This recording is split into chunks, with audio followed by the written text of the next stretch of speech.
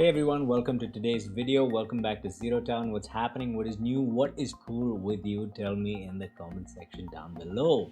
Hello. Today's video, as always, is inspired by one of our viewers. Actually, we're going to be talking about a game that you can play with a PC that may not necessarily have the best specifications, and this is more valid than ever right now because of what's happening in the market. Because supply is of GPUs are very constrained and demand is very high. The prices are skyrocketing. There are scalpers. There are people buying it and basically selling it at a great markup. And now even the AIBs, that is the companies that get the base chip from Nvidia and AMD and put their own coolers on, like brands like Asus and Gigabyte and EVGA and so on, we're all going to have about a 20 to 30% increase in their prices reportedly.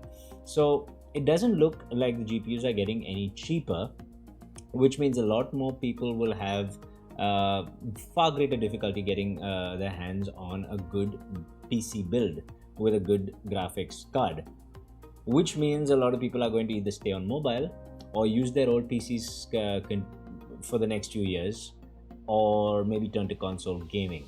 So today I'm going to talk about a game that is for those of you who can't afford a new PC or can't upgrade for whatever reason, have an old PC maybe with a discrete graphics card that's older, or an iGPU that's maybe not that old, like Intel UHD graphics for the last few years, maybe your dad's laptop, I don't know.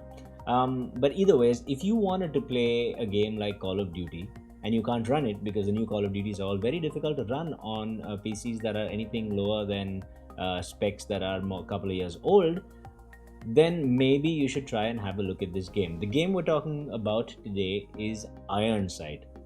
This game was actually recommended to me by a viewer of mine a few months ago, and I did play it for a while. I had it downloaded, but I never quite got around to playing it. And then when I played it, I realized that there's a value proposition here. First of all, it's a game that's very heavily inspired by Call of Duty, and you'll see what I mean by that when I show you some of the gameplay as well. It's a free-to-play game. It's available on Steam. The minimum requirements and the recommended requirements are both, I think, pretty achievable. I think they require GTX 660s and upwards or something, which is, I believe, a 5-year-old graphics card and so on. So you should be playable even on an iGPU laptop or a PC with just an iGPU.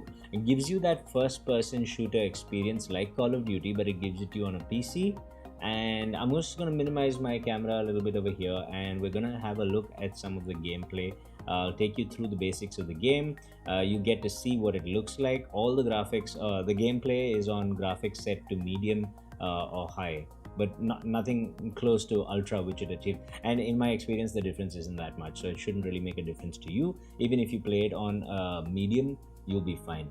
You'll be fine. The graphics look very, very okay. They look a little bit old. The game is, I think, graphically very light, and that's the key here. You want that FPS experience, but you don't want like insane graphics, because it's like an esports title, right? It's not, but it's like an esports title in that it's a competitive multiplayer game where you're more worried about how the enemy is moving and KD ratios and so on and so forth. You're not so worried about how beautiful the game looks per se. If it looks nice, that's a bonus. If it can look nice with older hardware, that's a bonus too. But you can't have everything. So let's take a look at IRONSIGHT and let's get into it from the very beginning.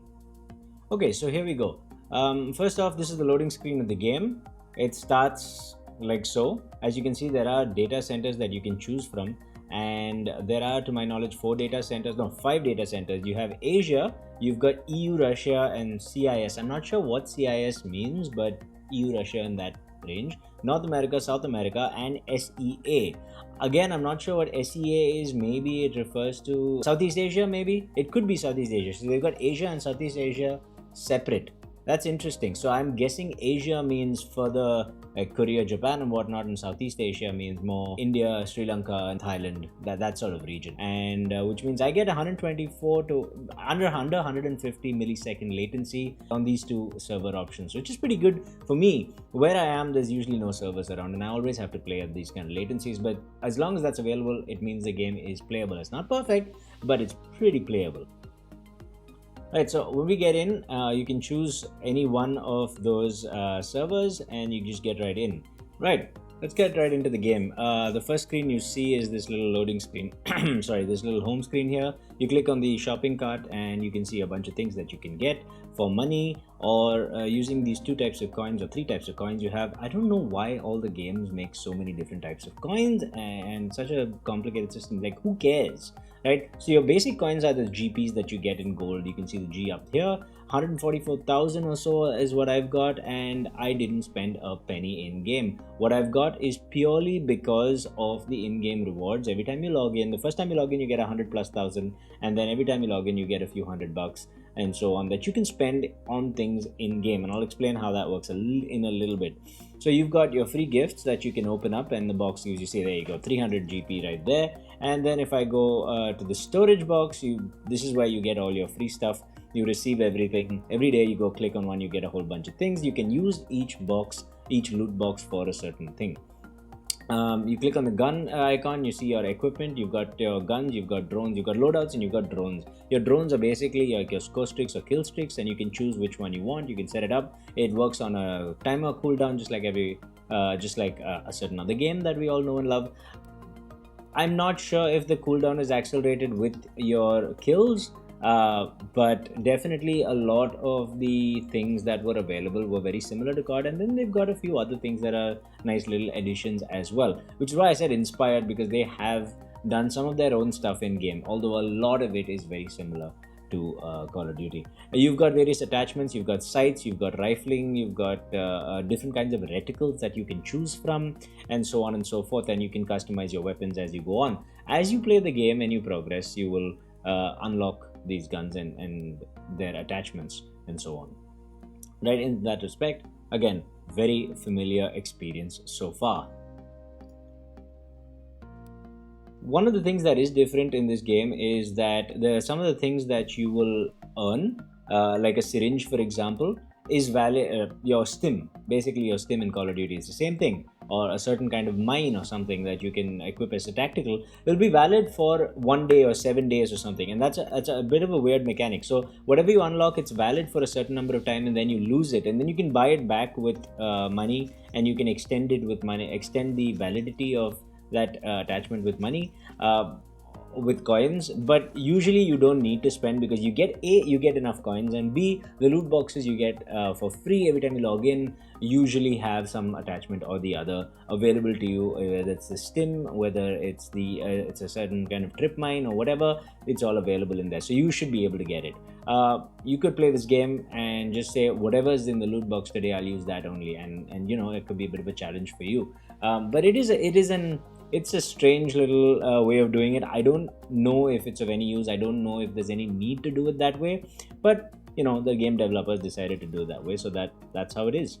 Now let's talk about the perk system. In this game it's called a skill, but it's basically the same as a perk system in Call of Duty. As you can see over here, you've got 3 sets of skills that you can choose from. You've got your balance, you've got your quick switch, you've got nimble hands, and so on. You hover over it to see what it is. Marathon, for example, allows you to run at sprint speed for longer distances. Long ears allow you to listen out for footsteps.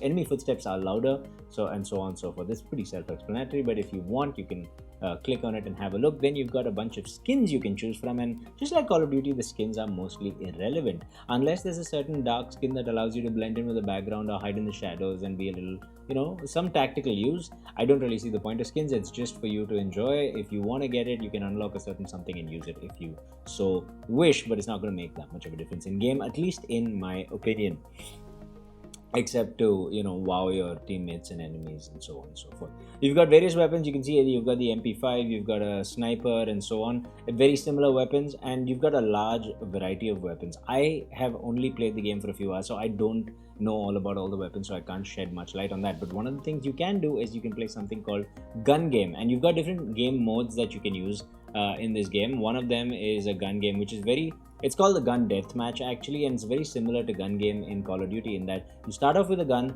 Every 2 kills it upgrades your gun, or it changes your gun. Doesn't upgrade it, but it changes your gun, and you've got to get kills with all the guns. Once you reach the very end, whoever reaches the very end first or runs the timer down and has more, whichever team has more points, wins the game. And this is a great way, just like in Call of Duty, this is a great way to try out all the different guns and see what they feel like in practice and so on. I kind of like I like it. It's a pretty solid challenge. Yeah, you might like it as well. Now you've got different kinds of game modes. Like I said, first of all, you've got the tutorial, and you've got an AI team deathmatch where you play against the AI, and just to get the hang of the mechanics and how it works. And you've also got the other team modes. You have the other game modes. Sorry, you have you can just get into a match and search various things. You've got team deathmatch. You've got capture the flag. You've got the old like domination, hardpoint, and so on. And you've got where you have to plant the C4 at a certain place and so on. All the usual game modes that you know and love are there. There's even a cyborg mode where it's like zombies, kind of. You play. One person is randomly chosen to be a cyborg, and then he gets to melee everyone, and he has certain powers, but he doesn't have weapons, and everybody else has to kill him. He can convert everyone else to cyborg, and whoever, cyborg or human, whoever wins the game. So yeah, there's some fun game modes out there. The one thing I want to stress is at any given time, I didn't have to wait for more than a minute or two to get into a game. We'll have a little gameplay in the background for you as I speak. And this is gun deathmatch, by the way, so you'll get to see some of the different guns and reticles and sights available. One of the things I wanted to point out is that it was never too difficult to find a game. So there is an active player base. It is open beta, so it's not perfect, right? So like you can't minimize the game. You can tab out of it, but you can't minimize the game ever and see your desktop. That's a problem I had.